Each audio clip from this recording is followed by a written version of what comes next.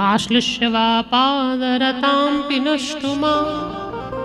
चैतन्य चरितामृत चैतन्य महाप्रभु कह रहे शिष्टाष्टकम, आप मुझे स्वीकार करें, आप मुझे तिरस्कार करें, आप भले आलिंगन कर लें, आप भले लातों से मुझे मार कर घर से बाहर निकाल दें, पर मेरा प्रेम आपसे था, आपसे है और आपसे ही बना रहेगा। इसको कहते हैं सर्वथा ध्वंस रहितम।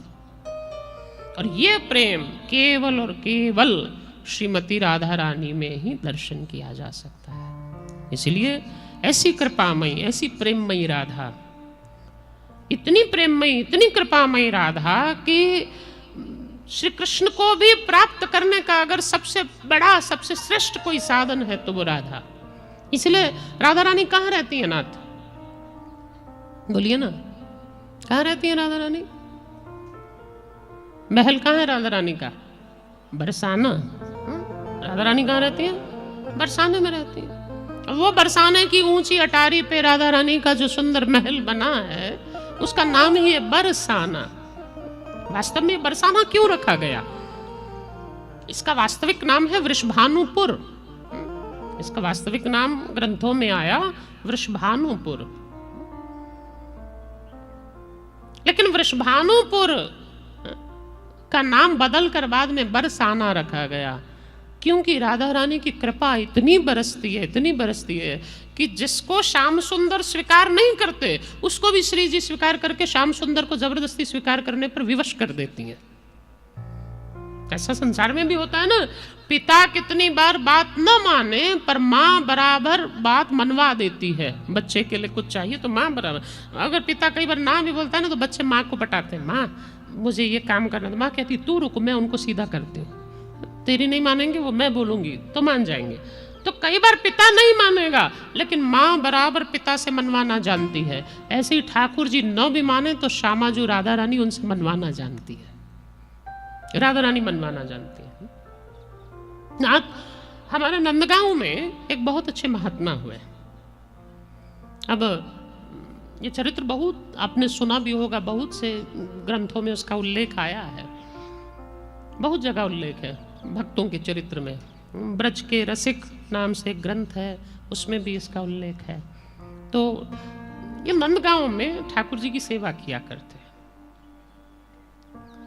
अब नंदगांव में जब ये ठाकुर जी की सेवा करते थे तो किसी महात्मा के मुख से इन्होंने सुना, ग्रंथों में भी लिखा है कि एक सेवा कोई भी भगवान की पकड़ ली जाए और पूरे 12 वर्ष बिना नागा किए नित्य नियम से अगर उस सेवा का निर्वाह किया जाए तो भगवान जल्दी प्रसन्न होकर प्रकट हो जाते हैं, सामने दर्शन देते हैं, सेवा स्वीकार करते हैं।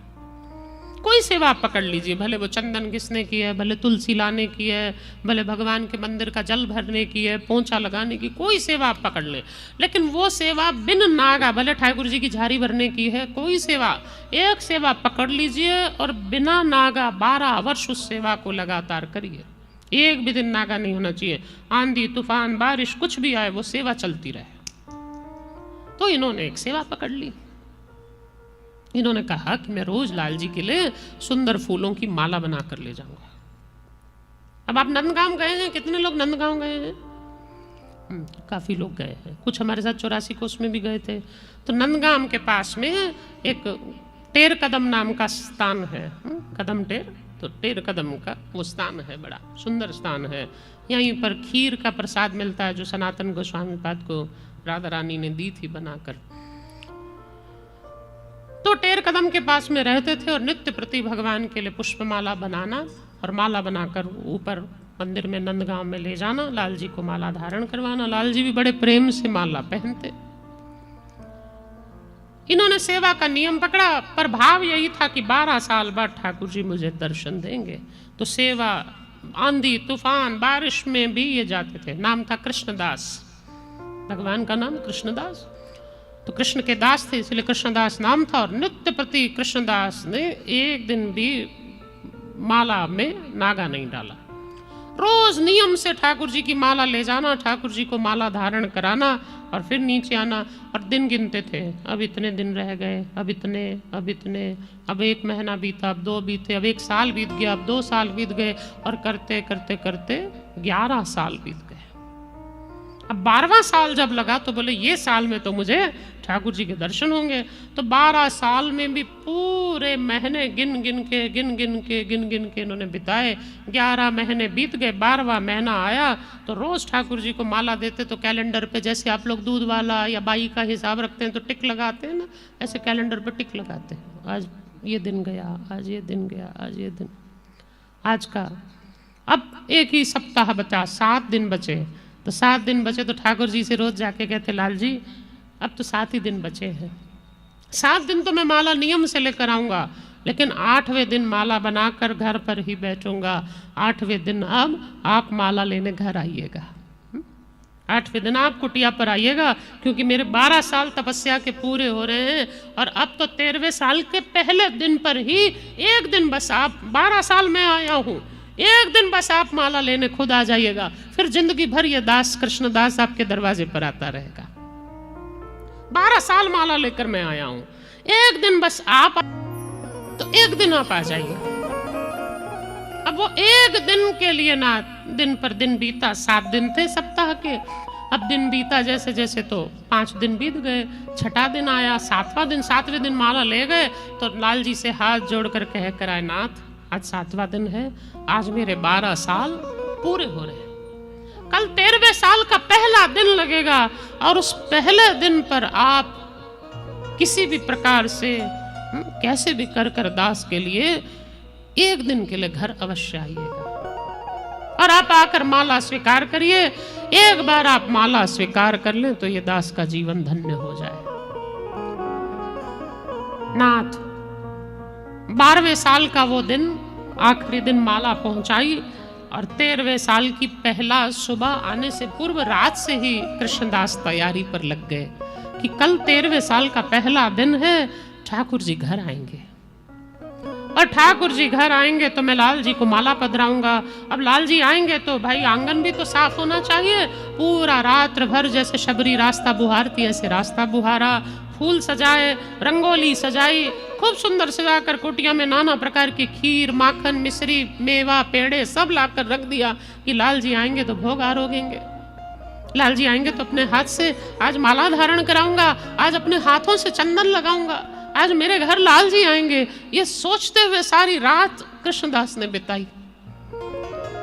और रात भोर की पहली किरण सूर्योदय जब हुआ, आंगन में खूब गुलाब जल इत्र जहां वहां छिड़क दिया, आज लाल जी आएंगे, आज लाल जी आएंगे। सारे आंगन में नाचते रहे, आज नंद का लाला मेरे घर माला लेने आएगा, आज नंद का लाला मेरे घर माला पहनने आएगा। पूरा दिन आनंद में नाच, सुबह से आनंद था। माला लेकर बैठे, सुबह में लाल जी आए नहीं तो सोचा कि शायद मंगला का समय है, मंगला के बाद आएंगे। अब मंगला हो गई तो सोचा कि अब आएंगे, अब आएंगे, अब भी नहीं आए तो सोचा शायद श्रृंगार आरती में लाल जी व्यस्त होंगे, मंदिर में भीड़ होगी इसलिए लाल जी आ नहीं पाए होंगे, श्रृंगार आरती के बाद आ जाएंगे। अब तो श्रृंगार आरती हो गई, ग्वाल का समय हो गया नाथ, तो सोचा कि शायद लाल जी गैया चराने चले गए होंगे, ग्वाल आरती का समय हो गया है। ग्वाल में भी लाल जी नहीं आए नाथ, मध्याह्न का समय हुआ, सोचा कि शायद लाल जी राजभोग पा रहे होंगे, राजभोग आरती के बाद आ जाएंगे। राजभोग आरती हो गई नाथ, राजभोग आरती में भी भगवान नहीं आए, राजभोग आरती में भी नहीं आए। अरे आज क्या हुआ, राजभोग आरती हो गई, अब तक लाल जी नहीं आए हैं। फिर सोचा कि शायद लाल जी थक गए होंगे, थोड़ा विश्राम कर कर उत्थापन के समय में आ जाएंगे। संध्या के समय में उत्थापन हुआ, मंदिर के पट खुले, सोचा अब आएंगे, अब भी नहीं आए। सोचा मूल लीला में लाल जी तो गौचारण कर कर संध्या में लौटते हैं, गौचारण करके निशांत बेला में जब लाल जी लौटेंगे तब आएंगे। नाथ संध्या आरती भी हो गई, शयन का समय आ गया, किंतु सारा दिन बार बार आंगन में झांक कर देखते थे, ऊंचे नंद महल के पर्वत पर झांक झांक कर देखते कि अब शायद सीढ़ियों से छम छम छम उतरते हुए पीला पीतांबर पहने मोर मुकुट धारण किए लाल जी अभी तो मेरी कुटिया में आएंगे। पूरी रात बिताई, पूरा दिन बिता दिया, फिर रात आने लगी। 13वें साल के पहले दिन की रात चढ़ गई, लेकिन लाल जी नहीं आए। निराश हुए कृष्णदास ने सारा जितना भोग बनाया था सब एक कपड़े में लपेट दिया, बनाई हुई फूल माला को एक कपड़े में लपेटा। मन में विचार करने लगे, कहने लगे कि झूठ कहते हैं संत कि 12 साल नियमित रूप से कोई एक सेवा करो, तो लाल जी आते हैं। मेरे 12 साल पूरे हुए पर आज लाल जी प्रत्यक्ष नहीं आए। अरे लाल जी झूठे हैं, इन्होंने तो सबको छला, एक नंबर का छलिया, किसी काम का नहीं है। आज के बाद कभी इसके दरवाजे पर नहीं जाऊंगा। और कृष्णदास ने प्रण ले लिया कि आज के बाद कभी इस महल की, कभी नंदगाम की पहाड़ी नहीं चढ़ूंगा, कभी ऊपर लाल जी के दर्शन करने नहीं जाऊंगा। अरे ये दूर से मुझे मंदिर का शिखर दिखेगा तो भी मेरे सीने में विरह की आग लगेगी, इसीलिए आज के बाद इस टेर कदम पे नहीं रहूंगा, ये जगह ही छोड़ दूंगा। क्योंकि टेर कदम से मंदिर दिखता है तो मैं टेर कदम पे नहीं रहूंगा, ये मंदिर छोड़ दूंगा, जगह छोड़ दूंगा। तो कृष्णदास ने सब जितने भोग बनाए थे भरे, अपना सामान लिया, गठुरा लेकर चलने लगे। और चलते कुछ दूर ही आगे चले तो नाथ इतनी गायों का झुंड, रात के समय में गाय गाय गाय गाय, आगे गाय पीछे गाय, इत गाय उत गाय, सब गाय गाय। अब इतनी गायों में से चलकर जाना मुश्किल, और उतनी चलती रात्रि के समय की गायें, और उसमें बीच में एक छोटा सा श्याम वर्ण का बालक, लठिया कंधे पे दोनों हाथ लगाए हुए, सुंदर पगड़ी कसी हुई और लाला सुंदर बिल्कुल श्याम वर्ण का नीला बालक, और इतना सुंदर उसकी मुस्कुराहट। और कहा बाबा कहाँ जा रहे हो? बोले जा रहा हूँ, इस नगर को छोड़ के जा रहा हूँ। तो बोले क्यों जा रहे हो? बोले कन्हैया बहुत छलिया है, इसने गोपियों को छला, इसने सबको छला।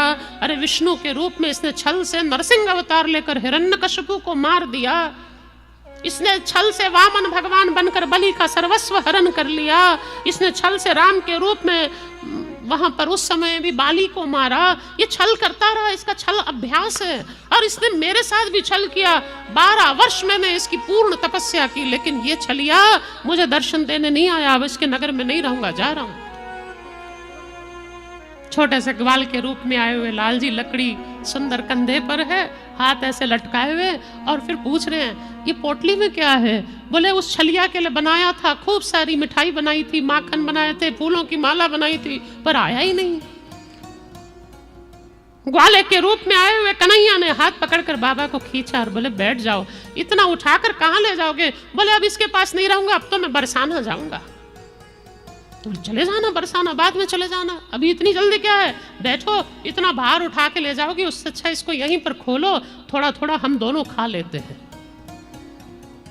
तो बाबा ने भी सोचा कृष्णदास ने कि भाई ले जाकर भी क्या करूंगा, अब ये तो बासा हो जाएगा सब, तो इससे अच्छा है कम से कम ये ग्वाला मांग रहा है तो इसी को खिला दूं।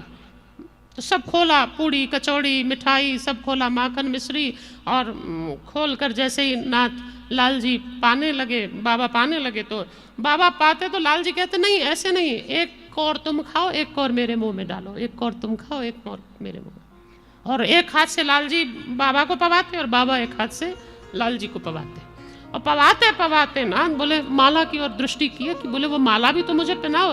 बोले नहीं नहीं, वो तो उस छलिया के लिए बनाई थी, पर वो छलिया को 12 साल ये माला पहनाई है, पर वो छलिया आया नहीं, ये माला पर तो किसी का अधिकार नहीं था।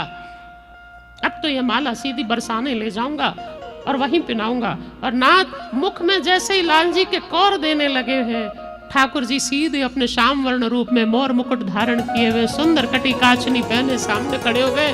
बाबा ने जैसे ही देखा बोले छलिया तू, बाबा भागे, और कन्हैया बाह पकड़ रहे हैं और बाबा आगे आगे भाग रहे हैं। अरे रुकिए रुकिए रुकिए, बाबा कह रहे अब नहीं रुकूंगा। तो कहाँ जाएंगे?